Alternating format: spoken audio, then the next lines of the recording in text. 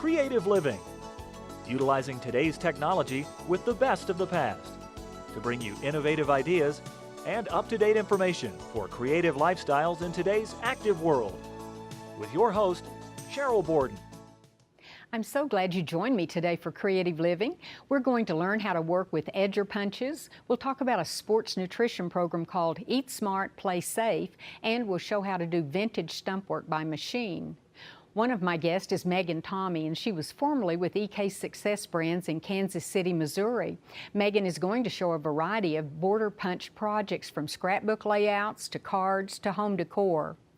Another guest is Dr. Julian Bales, and he's going to explain a program called Eat Smart, Play Safe. This is an educational campaign focused on promoting healthy nutrition and sports safety for active kids, both on and off the field. Dr. Bales serves on the Pop Warner Medical Advisory Committee, and he lives in Evanston, Illinois. Pop Warner is one of the sponsors of the Eat Smart, Play Safe program. And we'll begin today by talking to Cindy Losekamp about the origin of stump work, which was originally done by hand. Cindy will demonstrate vintage stump work techniques by using an embroidery machine to make dimensional flowers on sweaters, sweatshirts, and quilts. Her business is So Artfully Yours Incorporated, and she lives in Trenton, Indiana.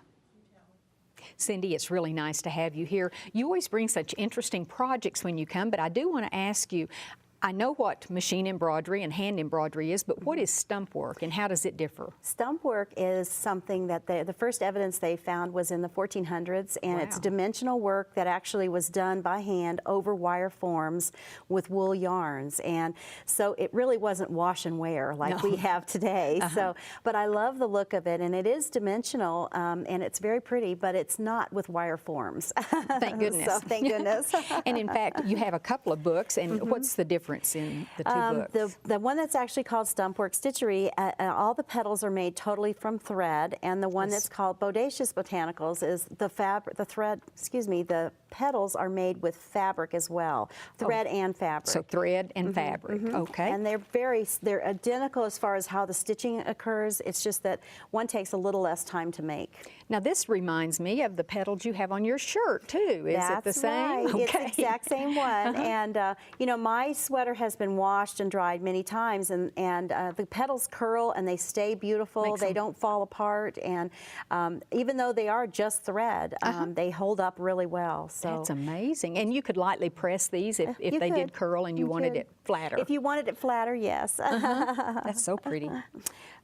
This is a Now that's one of the one that has the fabric, and it's just a little T-shirt. And you know, you can do so much with purchase garments, and a lot of us don't have time to sew, or maybe can't find the fabrics, and so you can just buy something and make something for someone that's really nice. And it makes it just very unique.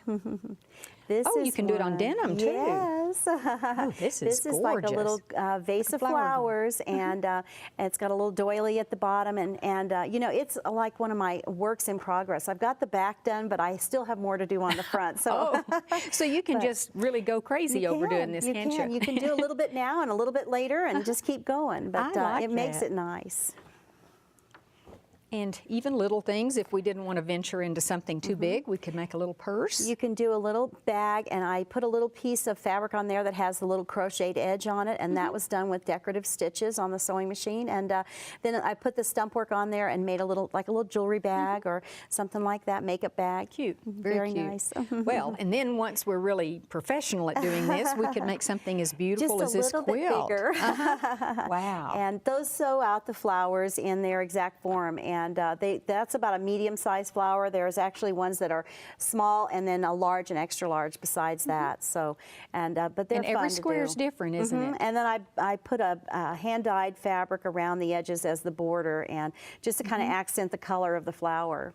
Oh, that is just gorgeous. Probably more of a wall quilt than when you snuggle up underneath. Right, I would think so too. And then you have one, oh, the back's pretty too. And then this is just a small, like a wall hanging, I guess, or a sampler. And it is just a sampler, and actually I cheated with this one. I did this in squares, and then I trimmed them down and stitched them together instead of making it all one big piece. They were done individually. Oh, gosh, made it a lot easier. Well, it would. Then if you make a mistake, you can always put a new one in there. Just redo one and not the whole quilt. That's right. right. Okay. That's right. So you'll show us how to do this now. I am. These are embroidery designs that you need some kind of an embroidery machine to work with. And this is where you start. You start with petals, and you make your petals, and this is water-soluble stabilizer. And it's very important. It looks like it is fabric, but actually, and I have an unusual example here. If you look right here, I accidentally spilled on it, and so it's actually gone away. So when you get done with these, you will dip them into water. And that's what you want to happen. That's what you want it to to happen, away. yes. Now this is all thread. That's all thread. Okay. And this is what happens when you wash them out. This is what you will have. You'll have these cute little petals, and these are ready now to be put into the embroidery. So what you'll do, and we'll use this one as an example, we're going to hoop up our item, whether it's a garment or a quilt or whatever, and we're going to let the machine sew all of the background stitching, which is basically the base. So you're talking about an actual embroidery machine, so people do have to have that capability. Right. Okay.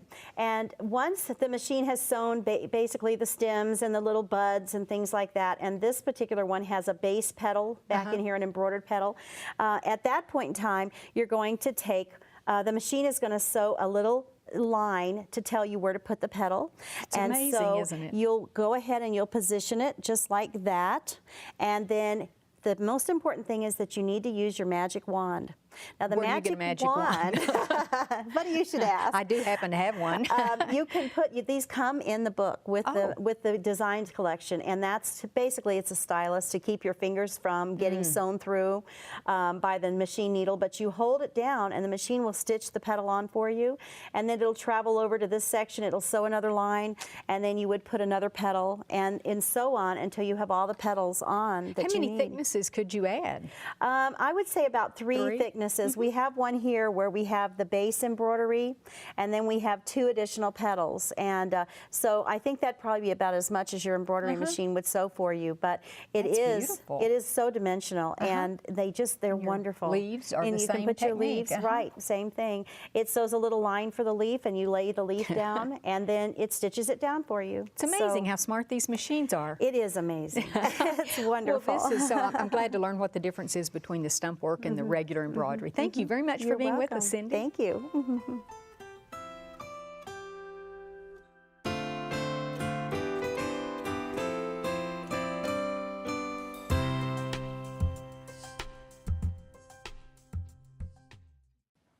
Dr. Bales, it's such a pleasure to have you here, and we're going to talk about lots of important things, and I hope we can get enough across that people will understand the significance of safety for their children in sports. But you're going to talk about a program called Eat Smart, Play Safe.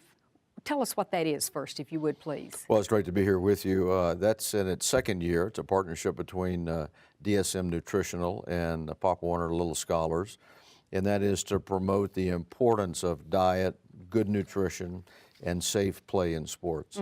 And I think we take that for granted until we hear about a horrible accident or someone having a horrible injury. So it is important for us to know about it, but we keep saying it's important, but what are the different aspects that make it so important for parents, students, coaches, all of us? Well, you really can't separate the two. Most kids are in their developmental period. They're still growing. Nutrition and proper dietary supplementation, proper vegetables, calcium, all the things that they need for proper nutrition are so important during that time. So we really think that that coupled with the safe play of sports is what this program's about. Well, it's great that someone like you would be willing to devote your time. So, but I might ask, I figure you're a fairly busy man anyway. Why did you specifically decide to get involved in this program? I think it's been overlooked for a long time. I think it needs to be emphasized, and I think there are cases of things such as vitamin D, vitamin E, DHA, omega-3s, iron, calcium, that are often overlooked and aren't emphasized enough for the developmental child or for any athlete. You mentioned about the vitamins and the importance of those, and earlier you mentioned Pop Warner. I forgot. I was going to ask you what that is and that's a scholar program? Well, Pop Warner is the oldest and largest youth football in the United States. It was founded in 1929. We also have cheerleading and dance. So we take this seriously. We have a medical advisory board that's very active, and we look at ways to improve sports safety. And again, we think that nutrition is a very valued and important part of that.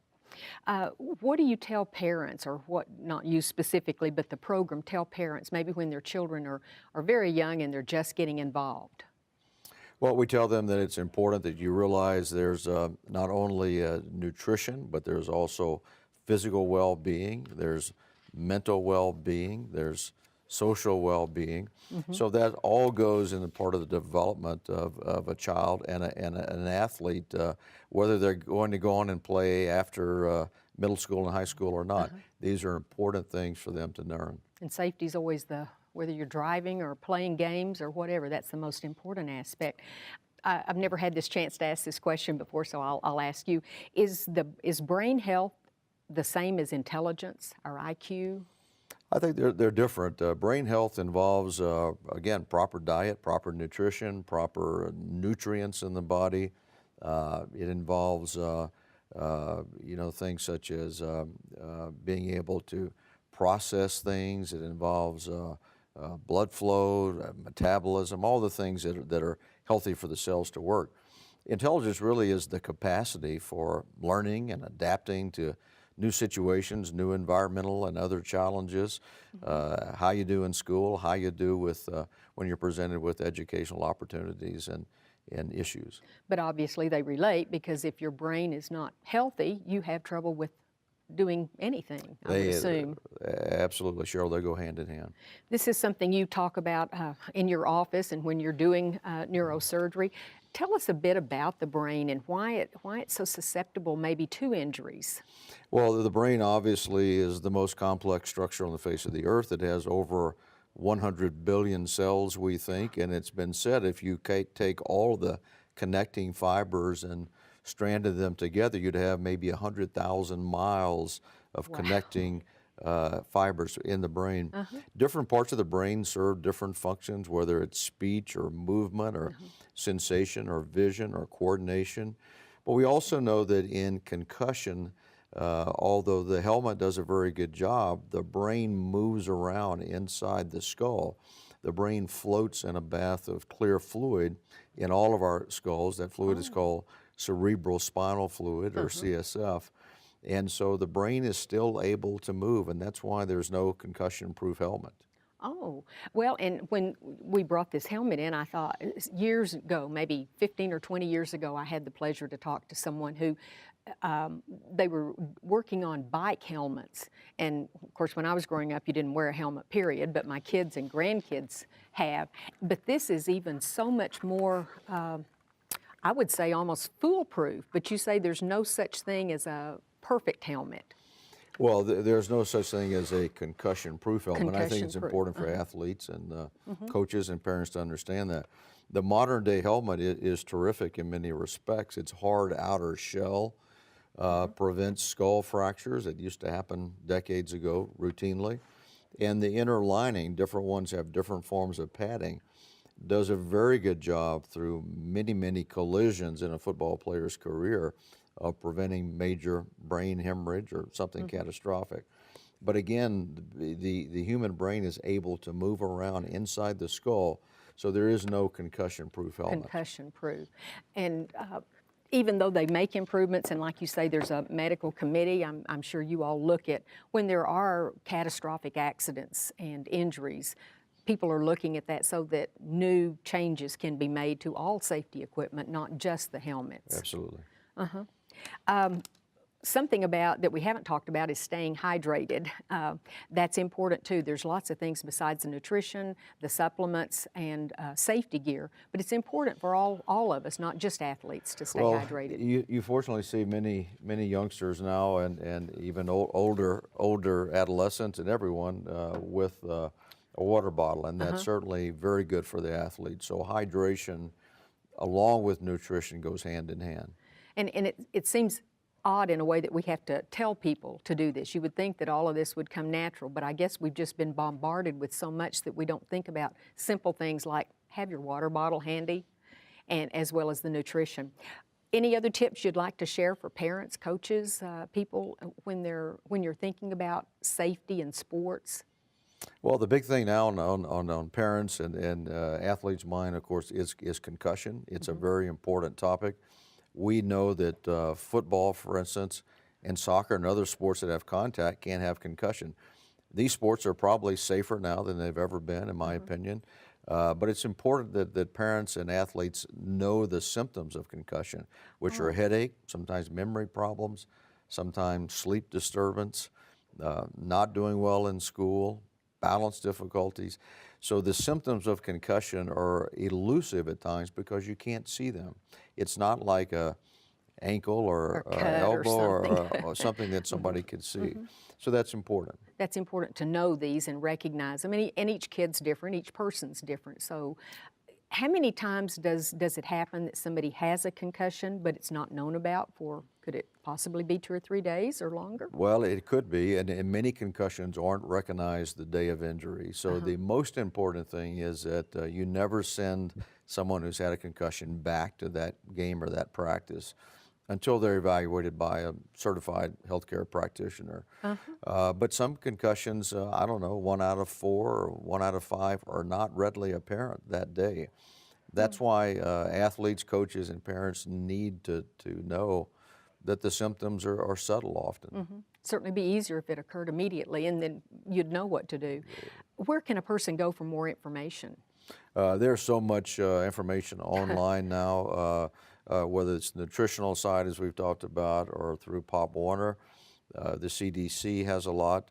USA Football has education modules. So there is just more information available now than ever before. I don't think anyone should have a problem on the internet finding concussion information. Well, that's true. It's certainly a pleasure to talk to you, and I've already learned a lot today, and I thought maybe I already kind of knew about the helmet issue, but it's wonderful that there are continual advances in all of this, because we all have children and grandchildren, and we love to see them excel at something like sports, but we certainly want them to be safe first and foremost. Absolutely. This is a good place to start, absolutely. Well, thank you so much. Thank you.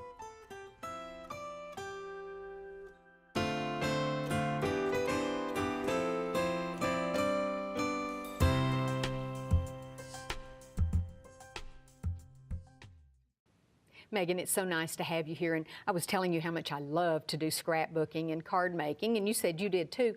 But what's amazing to me when I go shopping is the amount of new things that are available for crafters. Oh yeah, and one of my favorites are punches, specifically edger punches, because they make you look so good like that. You know, I mean, really they give you the intricacy that you can't really get with scissors, even decorative scissors sometimes.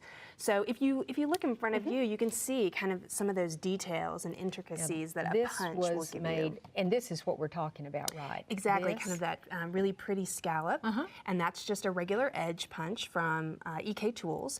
They're really good at making edger punches and punches in general, really. And one of their newest things is what you're seeing right in front of you. This and this? That's a large edger punch. So a regular edge punch is about a ½ inch deep, and this is really 1.25 inches deep. Wow. So it really kind of gets into your paper a lot more, and it gives you a bigger effect. It does. I've got some examples over here. It's not just for scrapbooking, it's not just for card making. Home decor items. That's right. That you know, is if you've got a wedding or baby shower coming up and you want to personalize a candle or a centerpiece, this is a really fun way, this kind of double arch up here. And then down below, well, this arch was made with a regular punch that you can see here. And you can see that design you can see it. on the front there. And then down here, you can see these big, like chrysanthemum-looking flowers. Those are huge. Again, that's one of the big punches. Right, the large edger punch. And again, that's 1.25 inches deep. And you could even punch both sides of a strip of paper, like we've done here, and you can make a chain. Isn't that fun? That is beautiful. It's really fun. Can you imagine cutting that out by hand? No. With an X-Acto knife? No. Not at all, not at all. So I'll show you a little bit about how to punch on either side there. So we've got our paper already measured out. The great thing about this punch is that it's really easy to use. It's ergonomic. It's got this slide lock on the back here. And that's what opens it up. Opens it. That means that when it's all closed, you can stack them up and keep them nice and organized. Here's a great thing too. You can see that design is on the top, but the design is on the edge, the wings So you as can well. see where you're placing the paper. Exactly, as you work your way down. I'm just going to start in the middle just to show you here. So we've got our paper kind of butted up against this edge.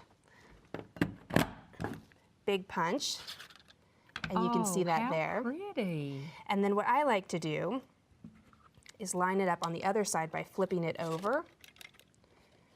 And that way you can line it up and make sure that you're just right. And I hope that's right. Let's see if I'm lined up. Okay, let's see what happens. It's easier when you can put it against Maybe the I'll table, put it isn't down there. it?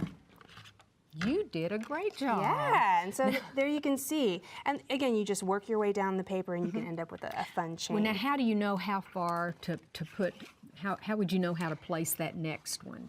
Well, Is you it can, marked, or do you yeah, look you at can it on kinda the back? You can kind of see this here. You see where that lines up right there? Oh, okay. That's what I wondered. Yeah, and that's how you know where to go. Okay. But I pre-measured my paper, so if you're gonna make a chain like that, you definitely want to make Start sure with, yeah, have the right length. That Right. is so pretty. Yeah. Gonna clean up a little bit. And then one of my favorite edger punches, again, this is a regular edger punch, is the ribbon I do too. I think slot that's punch. so pretty. It's really fun because it gives you this fun effect that you can thread your ribbon through. Like you see this double strand on the card there. So I'm going to show you how I Okay, did let's something see like how to do that. that. I'll give you this. Okay. I've got my paper here, and I'm going to open my punch. Again, there's that slide lock on the back. And I'm going to line it up. You're going to start on the edge this time. Yeah. Rather than in the middle. Yeah, and again, if you wonder where you are, you can always use that back end, and you can kind of see where the paper lines up on that edge. Especially for that second and third punch. Exactly. And I'm going to go ahead and punch that. So there you can kind of see how it punches out. And again, I'll use my lined up piece, but then you can also see how it lines up on that front side. Okay, that's important. Yeah. So yeah, you see I work my way down and I end up with something like this, right? Yes, now the fun part. Now the fun part. I've got a piece of ribbon here, and all you do, I like starting from the back, just because you're going to have your edge on the very end there. And then, yeah, you just sew back and forth. Just thread in it and out. through.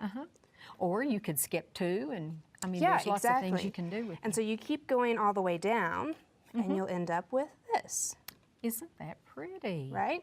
So this is my edge that I've got for a card that I want to make. And I've got this card right here. It's already pre-scored, pre-ready to go. And what I want to do is just put it on the edge here. It's kind of a fun front piece. I'll do this side. Got my adhesive.